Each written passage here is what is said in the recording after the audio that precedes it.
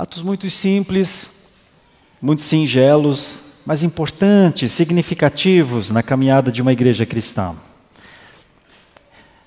Faz parte da idoneidade da igreja, administrar corretamente os sacramentos, dentre eles o batismo e a ceia do Senhor.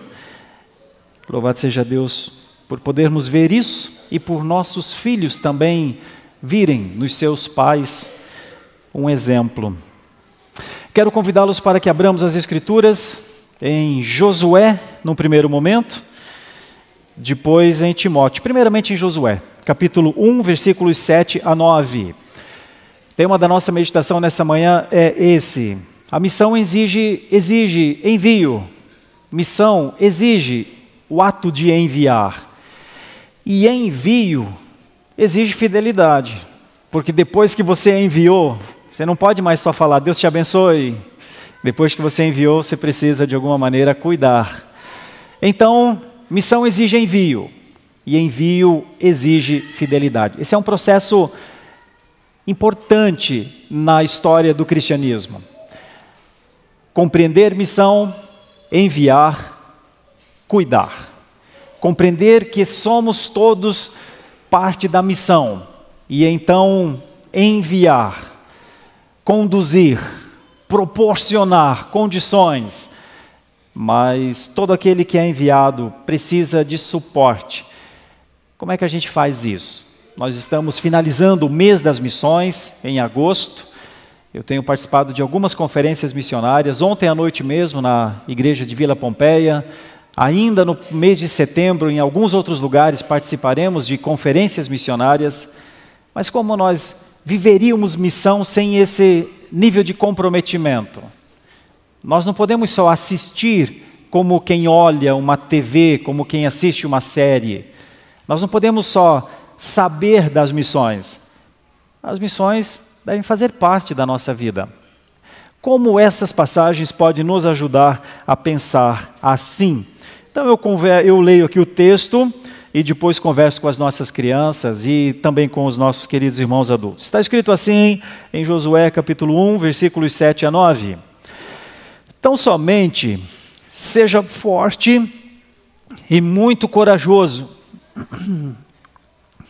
para que você tenha o cuidado de fazer segundo toda a lei que o meu servo Moisés lhe ordenou. Não se desvie dela, nem para a direita, nem para a esquerda, para que seja bem-sucedido por onde quer que você andar. Não cesse de falar deste livro da lei. Pelo contrário, medite nele dia e noite, para que você tenha o cuidado de fazer segundo tudo o que nele está escrito. Então você prosperará e será bem-sucedido. Não foi isso que eu ordenei? Seja forte e corajoso.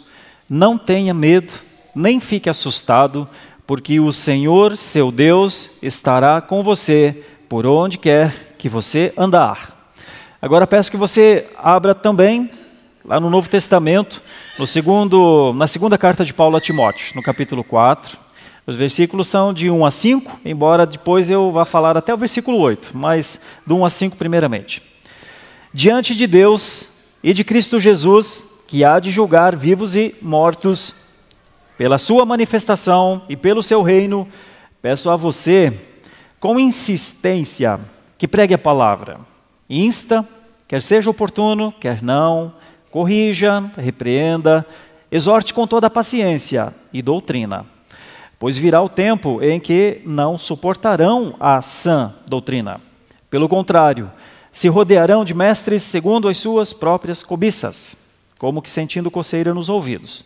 Eles se recusarão a dar ouvidos à verdade, entregando-se às fábulas. Mas você, seja sóbrio em todas as coisas, suporte as aflições, faça o trabalho de um evangelista, cumpra plenamente o seu ministério.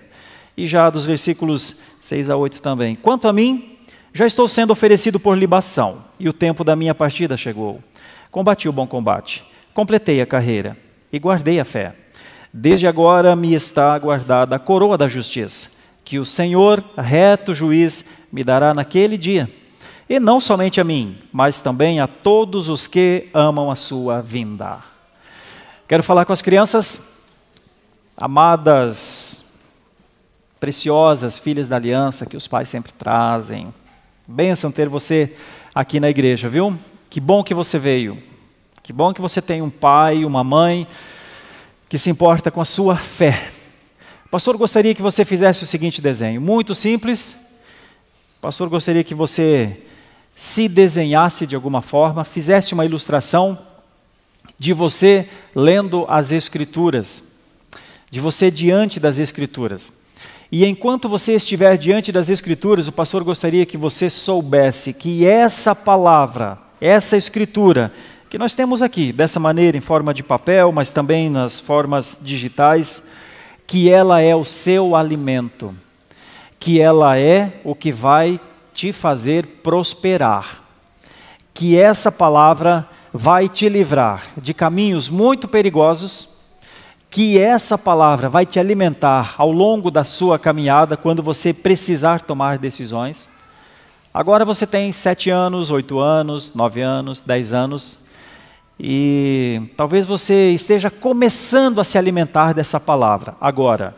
Mas quando você for adulto, como papai ou como mamãe, ela será imprescindível para tudo na sua vida. Então o pastor gostaria que você fizesse um desenho dessa Bíblia maior do que você. Eu sei que você já começou a fazer a Bíblia. Agora, quando você fizer o desenho de você, faça menor do que a Bíblia, tá? A Bíblia é maior do que você. Por que isso é importante para você, criança? Porque nós, adultos, crianças, nem sempre conseguimos considerar a Bíblia um livro maior do que nós. Nós temos a tendência de considerar a Bíblia, crianças, um livro qualquer, ou mais um livro, que a gente gosta, mas só um livro. E nós temos um outro problema, crianças, nós adultos, esse ainda não é o problema de vocês, tá? Problema nosso, adulto. A gente sempre olha para a Bíblia de cima para baixo, crianças. É uma tendência nossa. Infelizmente, crianças, nós não conseguimos ensinar isso facilmente para vocês. E nós erramos quando nós achamos que nós lemos as Escrituras julgando as Escrituras até. Assim, isso eu gostei. Isso aqui eu não gostei. Não deve ser para mim. Sabe, crianças, nós temos esses defeitos, nós os adultos.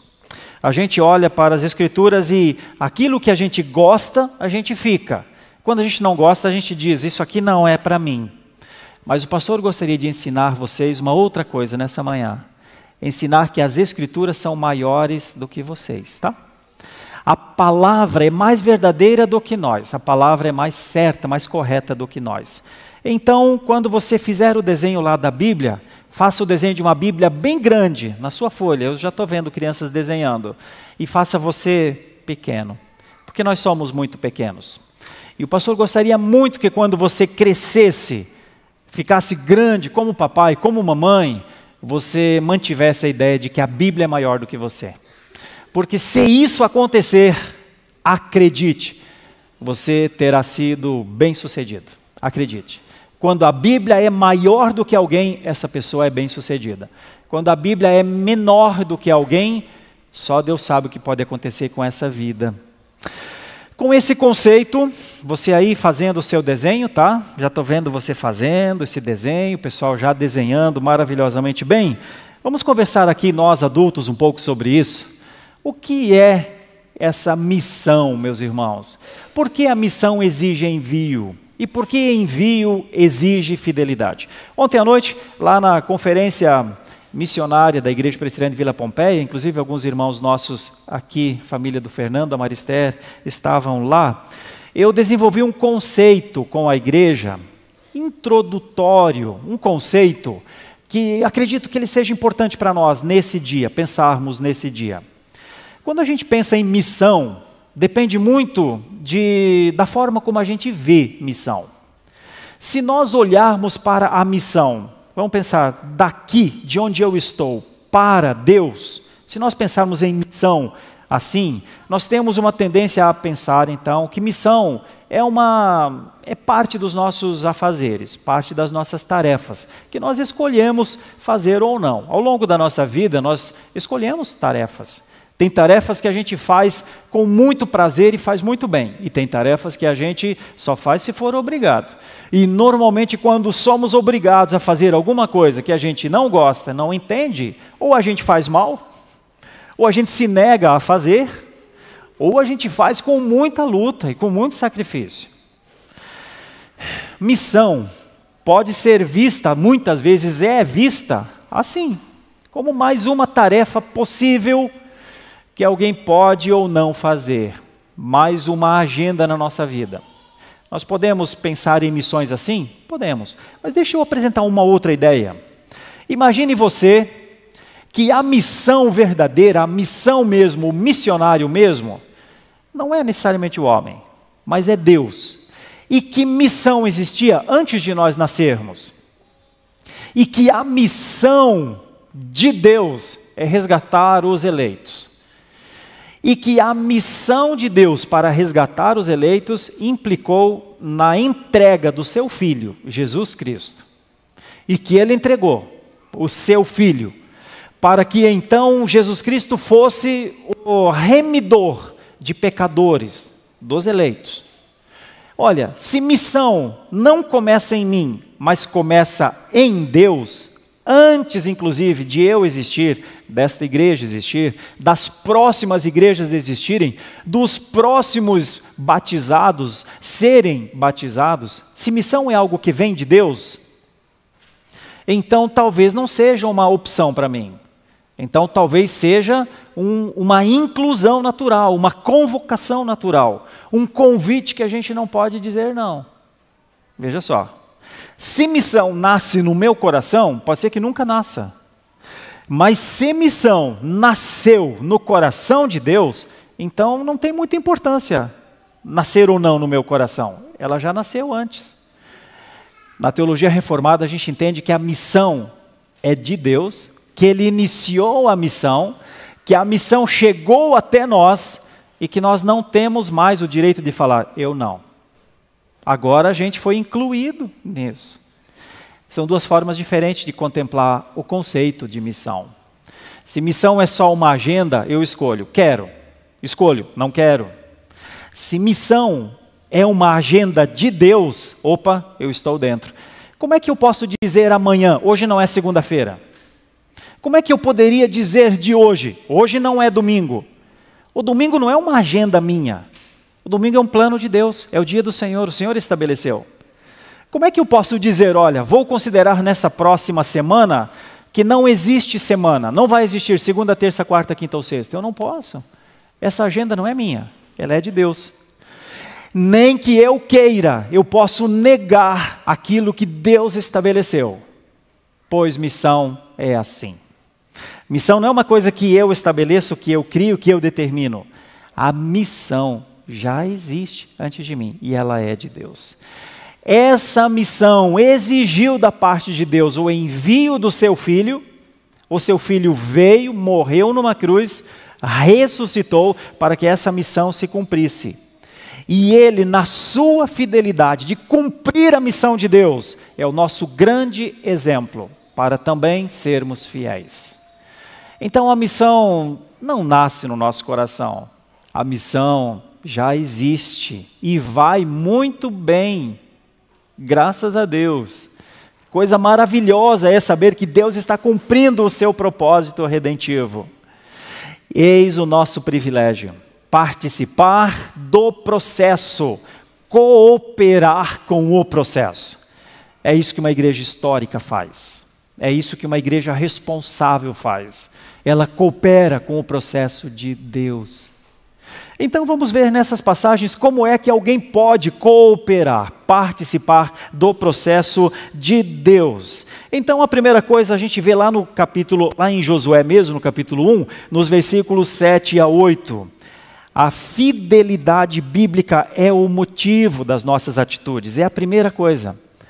Quando nós compreendemos a fidelidade bíblica, o que é ser fiel biblicamente, então nós encontramos o motivo das nossas atitudes. Vou explicar isso. Uma outra coisa, a fidelidade bíblica, ela se expressa, ela não pode ser subjetiva o tempo inteiro. A fidelidade bíblica aparece, em algum momento ela aparece. E aqui na passagem, ela aparece de duas formas. Através da pregação da palavra e do sustento da missão. Então, quando se é fiel biblicamente falando, Não pode se dizer, olha, isso eu penso, mas não faço. O que pensamos, fazemos. Fidelidade bíblica se expressa de alguma forma. E por último, fidelidade bíblica, quando alguém é fiel às Escrituras, ele confia na presença e na provisão de Deus. Alguém que é um homem bíblico, uma mulher bíblica, essa pessoa ou essas pessoas, elas confiam mesmo que Deus está presente. Não só presente, mas guardando até o fim. Essas três coisas. Vamos pensar a partir desses primeiros versículos. Vamos pensar nessa ideia que a fidelidade bíblica é o motivo das nossas atitudes. Meus irmãos, o que é a palavra para nós? Nós temos na Escritura algumas formas que nos ajudam a compreender o que é a palavra para nós. No Salmo 119 está escrito assim: a tua palavra é lâmpada para os meus pés e luz para o meu caminho.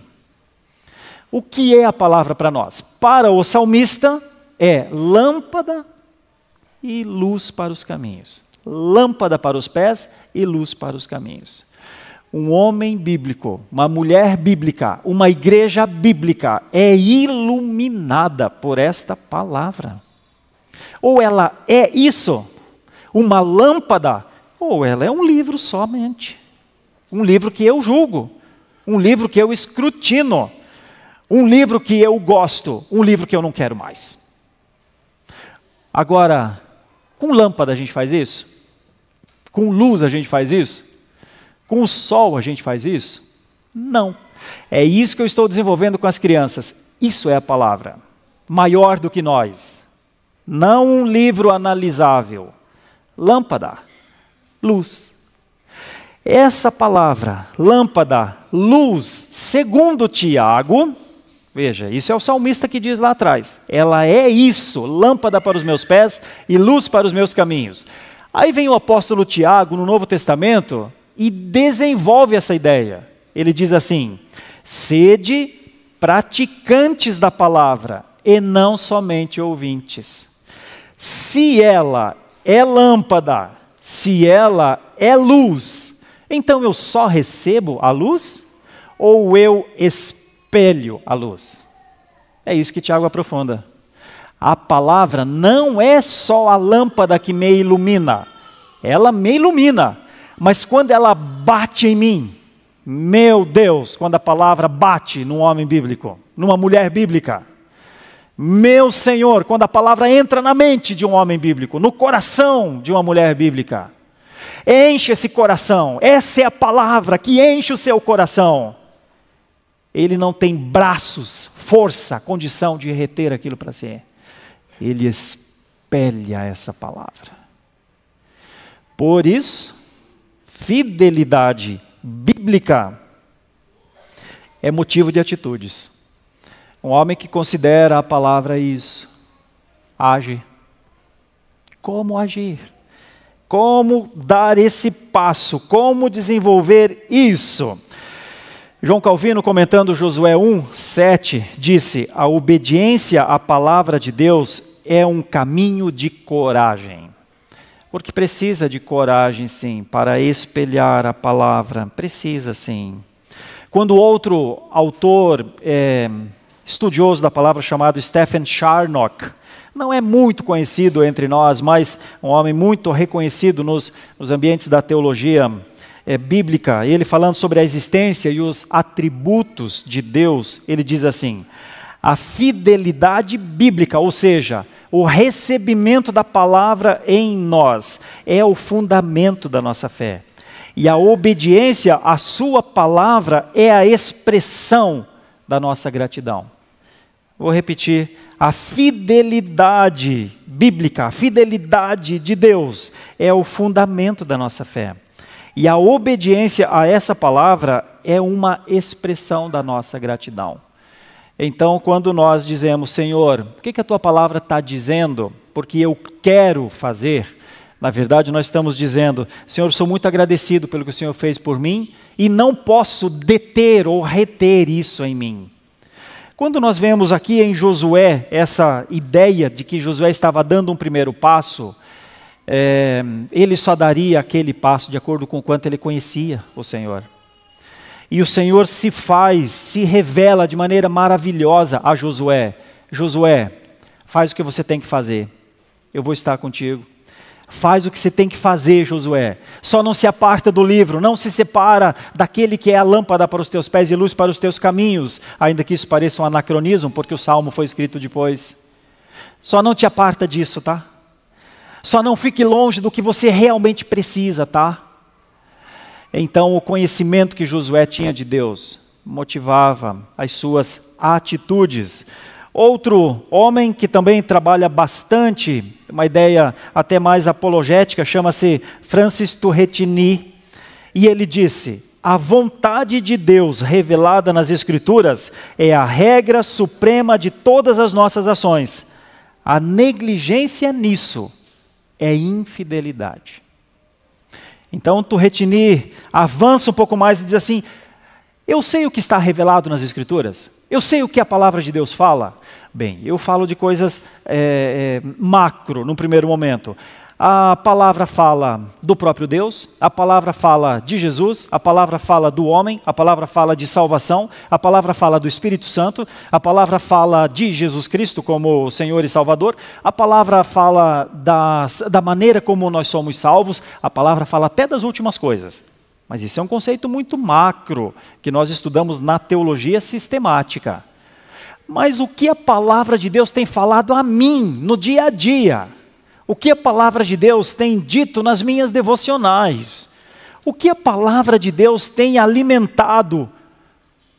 Porque como eu vou viver se eu não me alimentar dessa palavra? Como a palavra de Deus tem interferido o meu dia? Como a palavra de Deus se fez presente na minha última semana? Aí Turrettini fala: de acordo com o quanto você tem contato com a palavra de Deus, você tem todas as instruções para viver. Elas são regras nossas. Aqui estão as nossas regras. É aqui que eu aprendo que eu não posso mentir. É aqui que eu aprendo que eu tenho que falar a verdade. É aqui que eu aprendo que eu não posso descumprir meus compromissos. É aqui que eu aprendo que eu preciso ser leal às pessoas. É aqui que eu aprendo que eu preciso honrar os meus pais. É aqui. Aqui está o meu conjunto de regras. Mas como eu saberei dessas regras, se eu não me alimentar dela? Turrettini diz: quanto mais alguém se alimenta da palavra de Deus, mais regrada essa pessoa é, mais ela entende o propósito da sua vida. E quando ela negligencia as melhores instruções de um pai amoroso para a sua vida, ali está um filho infiel. Quem de nós quer ser esse filho infiel? Ai, mas é possível que sejamos, ou é possível ser. Basta fechar as Escrituras e deixá-la lá, naquela estante maravilhosa que a gente tem.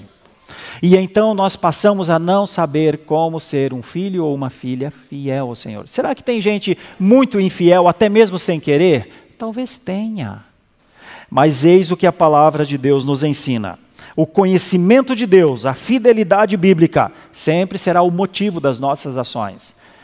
Se você voltar um pouquinho na história, você vai ver que depois da sua conversão, as suas atitudes são moldadas por sua fé. E nós não podemos nos esquecer disso. Josué não poderia se esquecer disso, porque Josué tinha um serviço a fazer e tudo isso dependeria certamente do que Deus faria através dele. Vejam a segunda coisa, nós estamos dentro de um conceito de missão. Essa era a missão de Josué.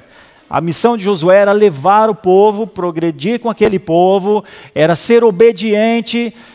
Josué teria de lutar contra as suas dúvidas, contra os seus medos, teria de lutar contra aquela ideia, não, mas o meu antecessor era Moisés, e eu sou só Josué. Mas Josué é chamado a essa missão, para andar em obediência. Com Timóteo é um pouquinho diferente. Você vai ver, se você quiser abrir lá no livro de Timóteo, na carta de Paulo a Timóteo, você vai perceber que Paulo é muito direto. Paulo fala de um Deus, juiz de vivos e de mortos, que se manifesta, de um rei absoluto, e agora ele diz: olha, a ti, Timóteo, cabe uma coisa: pregar essa palavra, insistir. Não fique tão preocupado com se é oportuno ou não é, mas corrija, repreenda se preciso, exorte, apenas tenha paciência, leve a doutrina. Virá um tempo, Paulo diz, que muitos não gostarão dessa ideia de doutrina.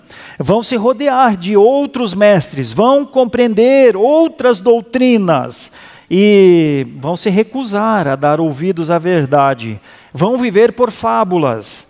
Mas você, Timóteo, não pode se inebriar. Mas você, Timóteo, não pode se descuidar. Não dispersa. Você, Timóteo, permaneça sóbrio, permaneça consciente, permaneça com seu juízo perfeito, Timóteo. Suporte as aflições, Timóteo. Faça um trabalho de quem tem o evangelho, porque você precisa cumprir o motivo para o qual você existe nessa terra. É isso que Paulo está falando a Timóteo. Então, agora, a fidelidade bíblica, o conhecimento, se manifestaria em Timóteo de duas formas: na pregação e no cuidado àqueles que foram evangelizados. Na pregação, que é o anúncio, e no discipulado, para que aquelas pessoas que recebem o evangelho não fiquem como filhos ou filhas órfãos ou órfãs, mas permaneçam com a voz amorosa do Pai, a voz cuidadosa do Senhor. Esse era o grande desafio para Timóteo. Era fácil? Não era fácil. Não era fácil porque, assim como Josué não é Moisés, e ele tinha esse temor mesmo: eu só sou um homem comum. Agora Timóteo está recebendo a incumbência de um homem chamado Paulo. Timóteo também não é Paulo. Timóteo é um jovem, é um filho na fé, na verdade, de Paulo. Mas isso não diminui em nada o seu compromisso com a missão. Isso não diminui em nada a exigência de fidelidade na missão. E aqui nós temos então um passo importante na vida de Timóteo, meus irmãos. As Escrituras falam que Timóteo poderia descansar. Ele poderia pregar o Evangelho e nada lhe aconteceria. Ele iria até o fim dos propósitos de Deus. E por quê? Porque as Escrituras dizem isso. Paulo falando aos Coríntios: assim ordenou também ao Senhor aos que pregam o Evangelho, os que vivem do Evangelho. Dando uma ideia: pregue o Evangelho. Deus vai te dar todo o suporte que você precisa. Vá até o fim. Essa é a mesma ideia que Deus fala hoje aos missionários. Quando nós temos pessoas que são enviadas a muitos lugares, imaginando aqui, nós mantemos missionários hoje no Vietnã, Henrique, nós mantemos missionários no Rio Grande do Sul, 2 missionários, o Tocha e o Petró. Nós mantemos missionário na Nova Zelândia, reverendo Cláudio.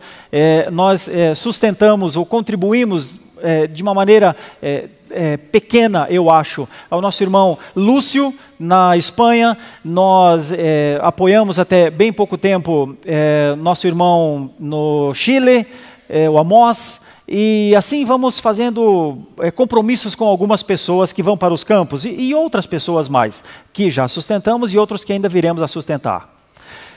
Bom, o que Deus falou a essas pessoas quando eles foram para os campos? Vai para o campo, filho. Vai para o campo que eu vou sustentar você. De onde eles tiveram essa certeza? Porque o Espírito disse, confirmou a eles. E eles foram, meus irmãos. Agora, você já pensou eles irem aos campos e nós não sustentarmos a eles?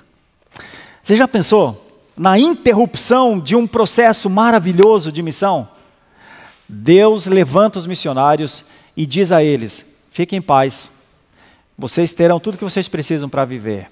E eles vão, e eles estão indo. E ontem à noite, lá na Igreja Pompeia, nós vimos mais 5 irmãos. E em todas as igrejas onde eu tenho feito conferências missionárias, são 3, 4, 5, 10, 15, 20, 50, 100 missionários. Mas você já imaginou os 100, os 150? Nossa PMT tem bem mais do que isso. Já pensou eles lá nos nossos campos e nós dizendo todos os meses: não conte comigo, se vire. Ache uma forma de sobreviver. Não tenho nenhuma sensibilidade com os seus filhos que precisam estudar, que ficam doentes e precisam de médico. Não tenho nenhuma sensibilidade com o senhor missionário, sua esposa, com a sua saúde, com os materiais que você precisa para fazer missão. Aí nesse lugar tão distante, Vietnã, Nova Zelândia, Chile, estados como Rio Grande do Sul, daqui a pouco vamos para o Uruguai. Você já pensou nisso? É sobre isso. Missão exige fidelidade. Missão não exige só boa intenção. Missão não exige só a ideia de, olha, que bom, fico feliz de você estar lá. Não, é mais do que isso. E quando precisar comprar um patrimônio para se reunir numa igreja como a nossa? E quando necessitar fazer os ajustes legais para que esses campos missionários se tornem instituições, eu vou continuar dizendo, não conte comigo? É possível a gente manter uma decisão assim? Só é possível se a infidelidade for o nosso padrão, senão não é. Nossos corações mudam e nós dizemos, olha, eu só não estava entendendo, eu só não sabia que tinha isso, mas eis-me aqui, como é que a gente faz? Não é? É isso que uma igreja responsável faz. Por isso, missão exige o envio, mas o envio exige fidelidade. Missão é do coração de Deus, e no coração de Deus Ele chama as pessoas para irem para lugares distantes, para lugares mais próximos, mas quando essas pessoas têm o entendimento que elas vão para as missões, uma igreja precisa dar suporte para elas, porque senão seria uma incoerência com a missão. Por isso, talvez Paulo, escrevendo aos Coríntios, disse: a ministração deste serviço não só supre a necessidade dos santos, mas também redunda em muitas graças e honras a Deus. Martin Lloyd-Jones, outro teólogo que desenvolveu uma ideia muito bonita de pregação, num livro chamado Pregação e Pregadores, disse assim: a suprema tarefa da igreja é a pregação, pois é pela palavra que Deus fala ao seu povo. Todas as vezes que um missionário anuncia a palavra em algum lugar, ele é a igreja lá. Todas as vezes que nós anunciamos a palavra aqui, nossas câmeras captam, durante a semana isso é replicado nas nossas redes sociais, e alguém ouve essa pregação, é a igreja pregando, é a palavra de Deus. Por isso esse é um processo maravilhoso, mas esse é um processo que precisa de compreensão, precisa de fé. E os membros da igreja cristã não podem ficar só assistindo isso. Essa é a hora da igreja se envolver com a missão. Por isso que Herman Dooyeweerd, trabalhando uma ideia de fé prática para os nossos tempos, ele diz uma coisa muito importante. Vejam como isso é importante. Eu, pelo menos, acho muito importante. Diz assim, Herman Dooyeweerd: toda a vida é religião. Porque nós poderíamos pensar, o domingo é o dia da religião. Domingo é o dia de cultuar ao Senhor. Durante a semana, eu cuido do que eu quero fazer, das minhas coisas. Durante a semana, eu não preciso orar. Durante a semana, eu não preciso ler as Escrituras, só preciso trabalhar. Domingo é o dia de eu ir à igreja. Mas Dooyeweerd diz que não. Ele diz, toda a nossa vida é religiosa. Assim também o uso dos nossos recursos pertencem ao serviço religioso que prestamos ao Senhor. Então é aqui que Dooyeweerd começa a dizer, uma igreja pode ser missionária de acordo com a sua fidelidade. Se ela for infiel, ela não pode ser missionária. Não tem como ela sustentar missões. Mas se ela for fiel, então ela será uma igreja missionária. Para Dooyeweerd, provavelmente, os infiéis nos seus dízimos têm um coração muito duro para Dooyeweerd, porque eles não se importam com os perdidos. Porque a fidelidade proporciona a missão. Sem a fidelidade, não haverá missão. Mas para quem não se importa com perdidos, fidelidade não é um problema, não é uma dificuldade, não é nada. Mas para quem se importa, para quem sabe que um dia ele era um perdido, para quem sabe que um dia ele foi encontrado, importa sim. Para quem sabe o que era andar nas trevas e agora andar na luz, importa. Para Dooyeweerd isso importava muito. Veja só o que diz um outro pregador e também teólogo e autor de livros magníficos, gigantes. A coleção que eu tenho dele é grande, chama-se Francis Turrettini. Turrettini disse assim: Deus ordenou não apenas a pregação, mas também o sustento dos pregadores, dos ministros, para que a obra não seja impedida pela pobreza. Para Turrettini, uma coisa impediria a obra de andar: a pobreza. Olha, não tenho nem para eu sobreviver, não tenho nem para eu me alimentar, preciso que alguém me traga para eu sustentar, não tem como eu contribuir com missões. Não tem mesmo? Nessa perspectiva, não. Porque eu sou tão pobre que eu necessito de outra pessoa que me sustente. Turrettini dizia, isso justifica o impasse ou o não avanço da missão. Mas quando não há a pobreza, então tem que admitir que é o coração. Quando tem tudo o que é possível e ainda assim não se envolve, aí o problema não é a pobreza, aí o problema é o coração. É isso que Turrettini fala. Missão é uma coisa do coração. A missão é alguma coisa de entender como é que Deus quer alcançar os seus eleitos. Missão é uma empatia com os planos de Deus. Missão é um jeito de compreender, meu Senhor, olha o que Deus está fazendo, o que Deus está fazendo chegou em mim. Eis-me aqui para levar isso adiante. Missão passa pelo entendimento de que Deus é o grande missionário. E nós somos convidados a participar dele. E é por isso que, obviamente, o sustento financeiro da igreja é um instrumento para o avanço da palavra. Quando igrejas são, primeiro, antes de tudo, quando igrejas prestam conta dos seus atos.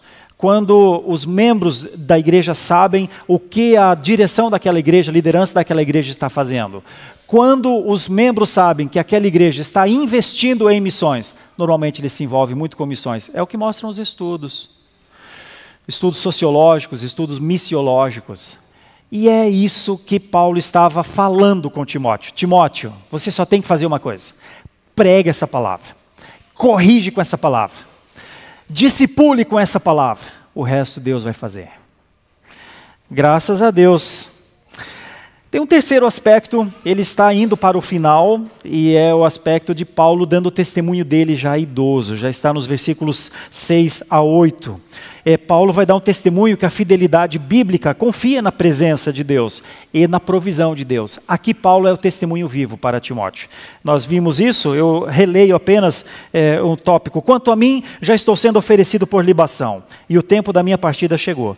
Combati o bom combate, completei a carreira, guardei a fé. Desde agora me está guardada a coroa da justiça, que o Senhor reto juiz me dará naquele dia. E não somente a mim, mas também a todos os que amam a sua vinda, e é aqui que está, se pode colocar entre parênteses aí no final da sua Bíblia, o seu nome. Porque se você ama a vinda de Jesus, você está incluído no que Paulo falou. Aqui Paulo está dizendo a Timóteo, se você tiver dúvida, Timóteo, olhe para mim. Se você tiver dúvida, olhe para este velho, este idoso, que passou a vida inteira desde que foi alcançado por Jesus, vivendo na presença dele, crendo na sua provisão. Timóteo, nem sempre foi fácil para mim. Timóteo, quando eu saí de Antioquia, quando eu e Barnabé fizemos a primeira viagem missionária, quando nós entramos em Icônio, Timóteo, quando nós entramos em Listra, Timóteo, quando nós entramos em Derbe, Timóteo, e em Antioquia da Psídia, então, Timóteo, você não estava lá, porque eu só te conheci na segunda viagem. Na primeira viagem, são só as histórias, Timóteo. Ela foi a mais difícil, Timóteo. Porque nós tínhamos que abrir um caminho. Nós tínhamos que ser fiéis àquilo que os apóstolos nos disseram. Eu levei a carta embaixo do braço, Timóteo. Eu fui e disse para eles, vocês precisam ser batizados. Se vocês creem em Jesus, vocês precisam iniciar esse processo. Timóteo, João Marcos nos deixou no meio da viagem, Timóteo. Foi difícil. Timóteo, quando nós fomos confirmar os irmãos na segunda viagem missionária, é que eu te conheci. Por isso agora você está conosco aqui. O que você vê agora, Timóteo? Senão a provisão de Deus. Timóteo, você não viu essas igrejas nascerem, nem em Icônio, nem em Listra, nem em Derbe, nem em Antioquia da Psídia. Mas você colhe agora, Timóteo, a graça de Deus. Esse é o testemunho de Paulo. Por isso, a fidelidade bíblica confia na provisão de Deus. Timóteo vai dar passos importantes junto com Paulo e terá suprido cada uma das suas necessidades. Porque Paulo mesmo disse isso aos filipenses: confiem, igreja de Filipos, o meu Deus suprirá cada uma das vossas necessidades. Como eu não diria, confia, igreja da Lapa, Deus suprirá cada uma das suas necessidades. Eu só não poderia dizer isso se não entendesse que a palavra é regra de fé e prática. Eu só não poderia dizer se não compreendesse que ela é o alimento. Eu só não diria isso se eu não cresce na provisão de Deus, que é muito superior a qualquer teologia de prosperidade, que é muito superior a qualquer expectativa humana. Esse é o poder de Deus que sustenta uma igreja por 100 anos, 101 anos num lugar como esse. Mas como nós viveríamos tudo isso, receberíamos tudo isso, reflexo da fidelidade dos nossos irmãos, e muitas vezes em momentos de escassez, como nós receberíamos tudo isso em 2025, e Deus não visse a nossa fidelidade. Como nós receberíamos a graça tão maravilhosa, mas quando é para deixar para as próximas gerações o pior de nós, a maldade de nós, a dureza do nosso coração. Como isso? Como nós aceitaríamos isso? E a resposta é não. Isso não é a nossa história. A nossa história é uma história de continuidade. A nossa história é de entregar aquilo que nós recebemos. A nossa história é de ir avante. Então, e por conta disso, essa igreja não pode parar nessa igreja. Ela precisa gerar, ela precisa plantar, ela precisa transbordar de si. E eu digo isso aos meus alunos de plantação e revitalização de igrejas. Igrejas que têm pregação fiel das Escrituras. Igrejas que têm ensino bíblico responsável nas suas escolas bíblicas dominicais. Igrejas que têm correta administração dos sacramentos, batismo, como vimos hoje pela manhã, ceia do Senhor, como fazemos isso. Elas transbordam de si. Elas não ficam retidas como uma água dentro de um balde por 1 ano, 2 anos, 3 anos, 10 anos, 20 anos. Pelo contrário, elas transbordam como canais. E elas geram novas filhas. E o que elas levam a essas novas filhas? Aquilo que é a sua essência. Nós não somos perfeitos. Nós somos pecadores. Mas uma marca de uma igreja histórica, de uma igreja idônea, de uma igreja que a gente diz para os nossos filhos: vamos comigo para o culto, para adorar. É a busca pelo aperfeiçoamento. Então uma igreja precisa buscar isso. Quando ela busca, conforme está escrito na palavra de Deus em Mateus 6, buscai, pois, em primeiro lugar o reino de Deus e a sua justiça, e todas estas coisas vos serão acrescentadas. Estas coisas significa a vontade de Deus, o que Deus quer. Então, meus irmãos, a missão exige envio. Envio exige fidelidade. E nós só plantaremos outras igrejas tendo por base nossa fidelidade. Sem isso nós não vamos plantar. Imaginem vocês, deixa eu trazer um exemplo muito claro, muito simples. Nós estamos plantando a igreja lá em São Vicente. O missionário que está lá é o Robert e a Priscila. Os mais antigos, que estão conosco de 2 anos para mais, sabem quem é o Robert. Chegou aqui seminarista, nem tinha barba, era magérrimo, menininho, vocês sabem, bem cabeludo. Depois de alguns anos, Robert e Priscila, muitos anos inclusive, dão início a um projeto. Agora eles têm 2 filhas maravilhosas, a Heleninha e a Lalá. E eles estão plantando a nossa igreja lá em São Vicente. Que resposta, que contribuição a gente faz em relação a isso? A gente diz: Robert e Priscila, vou orar por vocês. Ok, isso é muito bom. Mas chega? É suficiente? É assim. Se nós queremos transbordar, se nós queremos avançar, não é com boas intenções somente, é com fidelidade. Se nós quisermos, olha, nós estamos com a igreja cheia, louvado seja Deus, você veio para adorar ao Senhor, e nós estamos e vamos para a nossa escola bíblica dominical daqui a pouquinho. Mas se nós queremos que o que se vive num local como esse, há 100 anos, também seja vivido por outras pessoas, seja na Vila Anastácio, na Vila Leopoldina, seja em outros lugares que Deus tem, como é que a gente participa disso? A gente ora ou a gente se envolve? Como é que a gente diz para Deus, Senhor, eu amo muito tudo isso, mas não me importo em levar isso para frente? É sobre isso. A nossa fidelidade não é só uma intenção do nosso coração, é uma ação prática. Então, aqui não tinha outro jeito para Timóteo senão ir em frente. Timóteo, olha para a minha vida. Veja que eu gastei a minha vida inteira nisso. Vai e gaste a sua também, Timóteo. E ele foi e fez. Por isso, novamente, Stephen Charnock diz, a fidelidade de Deus é o penhor da nossa perseverança. O que Ele promete, Ele cumpre. O que Ele ordena, Ele provê os meios. Era só Paulo dizendo, não te preocupe, Timóteo. Tudo o que vocês precisarem, tudo o que a igreja que você estiver pastoreando ou plantando precisar, Deus vai dar.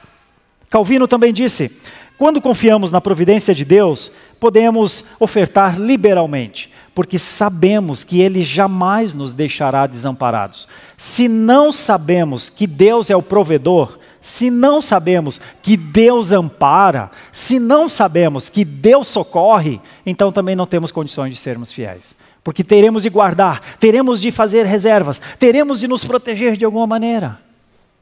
Mas se sabemos que Deus nos ampara, que Deus providencia, então não precisamos do egoísmo à frente da missão. O egoísmo não precisa ser a trava da missão. Explicando um pouquinho do que Calvino disse. E mais uma vez, Turretini encerra esse ciclo dizendo, isso é a confiança na providência de Deus. Porque a confiança na providência de Deus é a fonte da generosidade. Olha como Turretini atinge um nível bem profundo. A confiança na providência é a fonte da generosidade. Agora veja como ele trata isso de outra forma. E a desconfiança é a causa da avareza. Quem desconfia de Deus não pode ser fiel. Precisa ser avarento. Quem não confia em Deus precisa se proteger de alguma maneira. Quem não confia em Deus fará de tudo, absolutamente de tudo, para de alguma maneira se proteger. Mas isso só está mostrando o seu coração. Isso só está mostrando que ele não confia em Deus. Pois Turretini diz, a confiança é a fonte da generosidade. Veja que o detalhe é confiar ou não confiar. Por isso missão também é algo de confiança. Missão é confiar em Deus. Faz missão quem confia em Deus. Quero concluir e aplicar, meus irmãos. Uma igreja fiel investe no reino sem medo, meus irmãos. Crentes fiéis investem no reino sem medo. Uma igreja responsável, uma igreja agradecida, uma igreja idônea, uma igreja séria, uma igreja fundamentada, uma igreja viva, não vive com medo. Ela sabe que Deus vai prover. Ela sabe que a providência de Deus é suficiente, porque uma igreja fiel que investe no reino sem medo, confia na fidelidade de um Deus que provê. Tudo o resto é conversa. Tudo o resto é só evidência de desconfiança de Deus. Por conta disso, nós vemos que de Josué se esperava fidelidade na obediência. De Timóteo se esperava fidelidade na pregação. E de nós se espera o quê? O que Deus espera de uma igreja centenária como a nossa, meus irmãos? Será que nós responderíamos com, Senhor, eis-me aqui? Nós sustentamos hoje, apoiamos 10, a gente pode providenciar aí mais uns 10? A gente tem condição de apoiar mais uns 10 missionários. Senhor, nós estamos plantando uma igreja, nós temos condição de plantar mais umas 2. Nós temos sim. A gente consegue responder isso? É sobre isso. Por isso a missão exige envio, e envio exige fidelidade. Sem isso, não será com a gente. Mas com isso, com fidelidade, quem pode segurar a igreja? Quem pode deter a igreja? Quem? ninguém. Ninguém. Pensemos nisso. Oremos ao Senhor. Hoje é o último domingo do que nós chamamos de Mês das Missões na Igreja Presbiteriana do Brasil. Missão exige envio. Envio exige que eu e você sejamos fiéis. Exige mesmo. Feche seus olhos, vamos falar com Deus. Senhor, amado Senhor, nós gostaríamos muito que o Senhor visse em nós confiança, obediência. Nós gostaríamos que o Senhor visse em nós homens e mulheres que cumprem seus compromissos de sustentar a missão. Nossos missionários estão agora, neste momento, em tantos lugares diferentes. Nossos plantadores de igrejas estão tão felizes com uma pessoa nova que chegou à sua igreja nessa manhã. Nós aqui estamos tão felizes com aqueles que se achegaram pela primeira vez. Como é bom e maravilhoso ver, Senhor, o reino avançando, pessoas sendo batizadas, professando a fé, pais trazendo seus filhos para eles serem incluídos na igreja visível. Que processo lindo e maravilhoso, Senhor. A única coisa que não poderia acontecer é eu ficar de fora disso. Abençoa-nos, Senhor, incluindo-nos naquilo que é o Teu pensamento, naquilo que é a Tua palavra. Dando-nos, Senhor, a responsabilidade constante, a firmeza na fé, Senhor. Porque nós somos chamados a sermos firmes na nossa fé. Sempre firmes na nossa fé. Abençoa, Senhor, aqueles que estão com dificuldades em relação à fidelidade. Com um entendimento mais aprofundado, com uma confiança mais desenvolvida, para que possamos olhar para frente, Senhor, sem os temores, mas com a esperança, a fé e o amor, que são as moedas do reino, o valor do reino de Deus. Abençoa a Tua igreja, Senhor. Permita, Senhor, que ela acelere com urgência esse processo de missão, porque nós temos a gratidão suficiente, Senhor, para dizer, se chegou até nós, pode ir além. Abençoa-nos nisso, nós oramos agradecidos, em nome de Jesus. Amém. Muito obrigado por nos acompanhar até o final desse vídeo. Para receber mais reflexões e ficar por dentro dos próximos conteúdos, te convidamos a seguir as nossas redes sociais que estão na descrição. Alguns vídeos aparecerão na tela, caso queira continuar nos assistindo. Abraço e até a próxima!